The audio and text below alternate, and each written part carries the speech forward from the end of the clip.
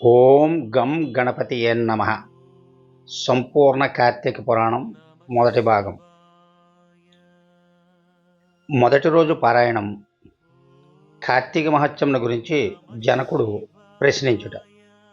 శుక్లాంబరధరం విష్ణుం శశివర్ణం చతుర్భుజం ప్రసన్నవదనం ధ్యాయేత్ సర్వ విఘ్నోపశాంతయే.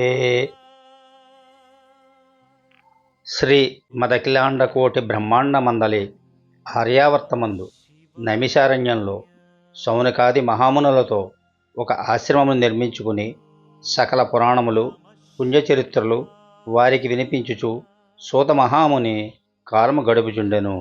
ఒకనాడు శౌనకాది మునులు గురుతుల్యుడగు సూతునిగాంచి, ఆర్య, తమ వలన అనేక పురాణ ఇతిహాసములు వేదాంగముల రహస్యములు సంగ్రహముగా గ్రహించినారు. కార్తీక మాస మహత్యమును కూడా వివరించి దాని ఫలమును తెలుపుకోరుచుంటిమి. కావున తమరా వ్రతమును వివరించవలసిందిగా కోరినారు. అంత సూతమహర్షి, ఓ మునిపొంగవులారా, ఒకప్పుడు ఇదే కోరికను నారదుడు సృష్టికర్త యొక్క బ్రహ్మను కోరుకొనగా బ్రహ్మదేవుడు అతనికి విష్ణుమూర్తి లక్ష్మీదేవికి, సాంబశివుడు పార్వతీదేవికి తెలియజేసిన విధముగా ఆ గాథను వినిపించేదను. అట్టి పురాణ కథను మీకు తెలియజేస్తాను. ఈ కథను వినుట వలన మానవులకు ధర్మార్థములు కలుగుటయే కాక ఇహమందును పరమందును సకల ఐశ్వర్యములతో తులదూగుదురు. కావున శ్రద్ధతో ఆలకించండి అని చెప్పాను. పూర్వం ఒక దినమున పార్వతీ పరమేశ్వరులు గగనమున విహరించుచుండగా పార్వతీదేవి, ప్రాణేశ్వర, సకల ఐశ్వర్యములు కలుగుజేయనట్టిది, సకల మానవులు వర్ణభేదములు లేక ఆచరించదగినది, శాస్త్ర సమ్మతమైనది, సూర్యచంద్రులు ఉన్నంత వరకు ఆచరించబడేది అగు వ్రతమును వివరింపుము అని కోరగా, అంతటా పరమశివుడు మందహాసమనరించి, దేవి, నీవు అడుగుచున్న వ్రతము స్కాంద పురాణమున చెప్పబడి ఉన్నది. దానిని ఇప్పుడు వశిష్ఠ మహాముని మిథిలాధీశుడగు జనక మహారాజుకు వివరింపబోచున్నాడు. చూడుము ఆ మిథిలానగరం వైపు అని చేయి చూపించినాడు. అట మిథిలానగరంలో వశిష్ఠుని రాకను జనకుడు సంతోషించి ఆర్ఘ్యపాద్యములిచ్చి సత్కరించి కాళ్ళు కడిగి ఆ జలమును శిరస్సుపై జల్లుకొని, మహాయోగి మునివర్య, తమరి రాకతో నేను, నా శరీరము, నా దేశము, నా ప్రజలు పవిత్రులమైదిమి. తమ పాదధూళి చేత నా దేహము పవిత్రమైనది. తమరు ఇచ్చటకి ఎలా వచ్చినారో సెలవు ఇవ్వవలసిందిగా కోరుకున్నాడు. అందుకు వశిష్ఠుడు, జనక మహారాజా, నేను ఒక మహాయజ్ఞము చేయి తలపెట్టింది. దానికి కావలసిన అర్ధబలము అంగబలము నిన్ను అడిగి క్రతువు ప్రారంభించుదామని నిర్ణయించి ఇటు వచ్చి తిని అని పలుకగా, జనకుడు, ముని చంద్రమ, అటులనే ఎత్తును స్వీకరింపము. కానీ చిరకాలం నుండి నాకు ఒక సందేహము కలదు.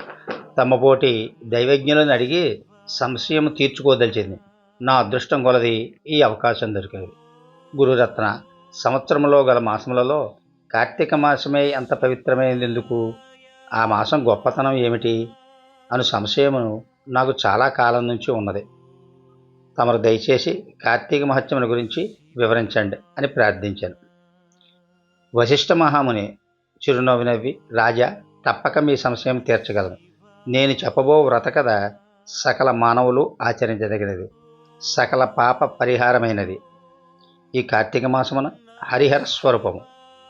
ఈ మాసమును ఆచరించే వ్రతము యొక్క ఫలితము ఎంతని చెప్పనలవి కాదు, వినుటకు కూడా ఆనందదాయకమైనదే.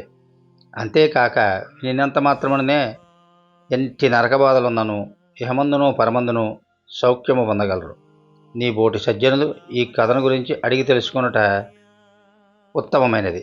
శ్రద్ధగా వినుము అని చెప్పాను.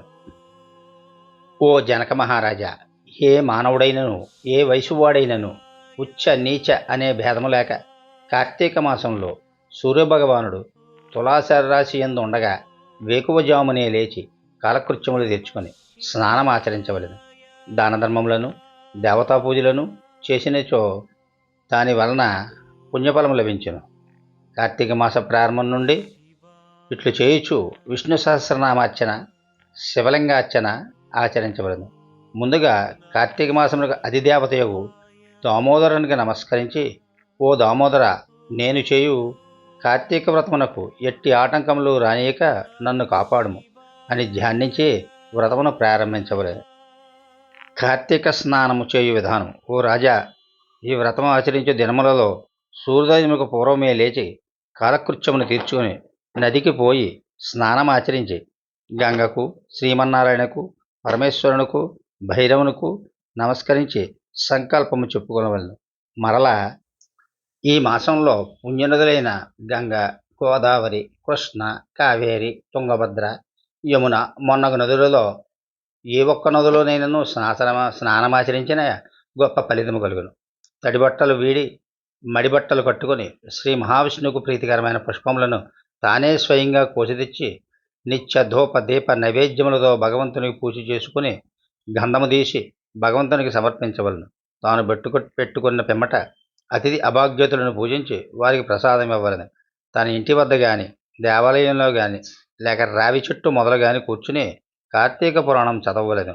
ఆ సాయంకాలము సంధ్యావందనం ఆచరించి శివాలయం మందు లేదా విష్ణు ఆలయం మందు కానీ, తులసి కోట వద్ద కానీ దీపారాధన చెయ్యాలి.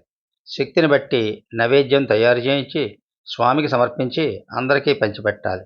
తరువాత తాను భుజించవలెను. మరునాడు మృష్టాన్నముతో భూతతృప్తి చేయవలెను. ఈ విధముగా వ్రతము ఆచరించిన స్త్రీలు పురుషులకు పాపము పోయి మోక్షమునకు అర్హులగుదురు. ఈ వ్రతము చేయుటకు అవకాశం లేనివారు వ్రతం చేసిన వారిని చూసి వారికి నమస్కరించుచో వారికి కూడా తత్సమాన ఫలము దక్కును. ప్రథమాధ్యాయము మొదటి రోజు పారాయణ సమాప్తము.